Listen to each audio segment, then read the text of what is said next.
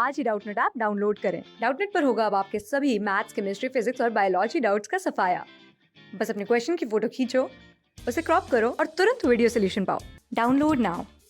यहाँ हमसे पूछ रहा है what type of non idealities are exhibited by cyclohexane ethanol and acetone chloroform mixture, give reasons for your answer.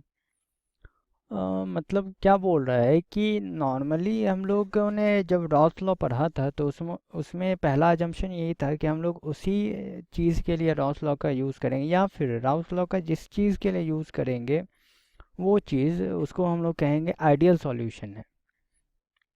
Ideal solution का क्या मतलब होता है कि पहले मान लीजिए कि हमारे पास सिर्फ सॉल्वेंट था,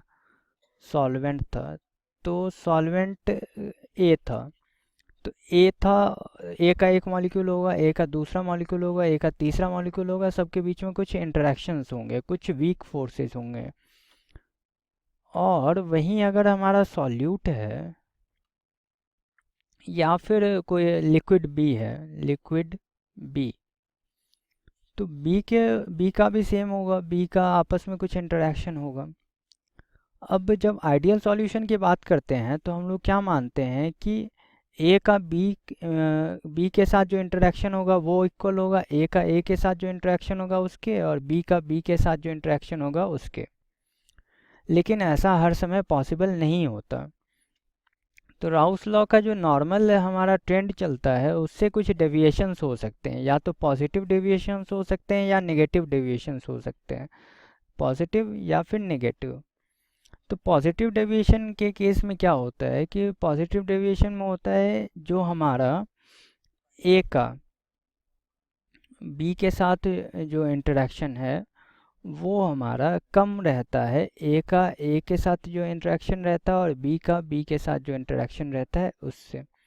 अब यहाँ पे हम लोग अगर देखने जाएं तो साइक्लोहेक्सेन और इथेनॉल की अगर बात करें तो साइक्लोहेक्सेन के मॉलिक्यूल्स आपस में हाइड्रोफोबिक इंटरेक्शन से जुड़े रहते हैं, या फिर कुछ वीक फोर्सेस भी रहते हैं। जो हमारे इथेनॉल वाले रहते हैं उनमें कुछ हाइड्रोजन बॉन्डिंग टाइप की चीज़ें रहती हैं।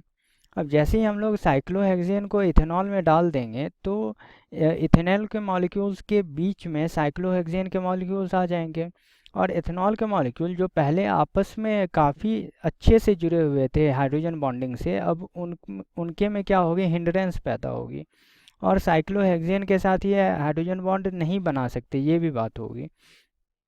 तो इसका क्या मतलब है कि इथेनॉल और साइक्लोहेक्सेन के बीच का जो इंटरेक्शन होगा वो हमारा कम होगा इथेनॉल इथेनॉल से और साइक्लोहेक्सेन साइक्लोहेक्सेन से, क्योंकि एक दूसरे के बीच में वे लोग आ जाएंगे, और दोनों का जो नेचर ऑफ इंटरेक्शन है वो दोनों भी काफ़ी अलग है। तो इस वजह से यही वाला केस है जिसकी हम लोग बात कर रहे थे, मतलब ये हमारा positive deviation from Rouse law या फिर आइडियलिटी हो गया। तो यहाँ पे हम लोग क्या बोलेंगे, साइक्लो हेक्सेन इथेनॉल।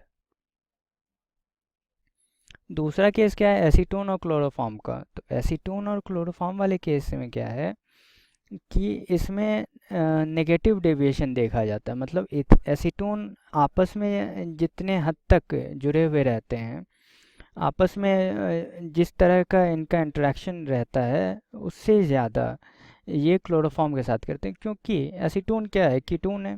कीटोन में नॉर्मली हम लोग हाइड्रोजन बॉन्डिंग देखने में हमें नहीं आती है, लेकिन जैसे ही हम लोग क्लोरोफॉर्म के साथ उसको करते हैं तो क्लोरोफॉर्म क्या होता है, CH Cl3।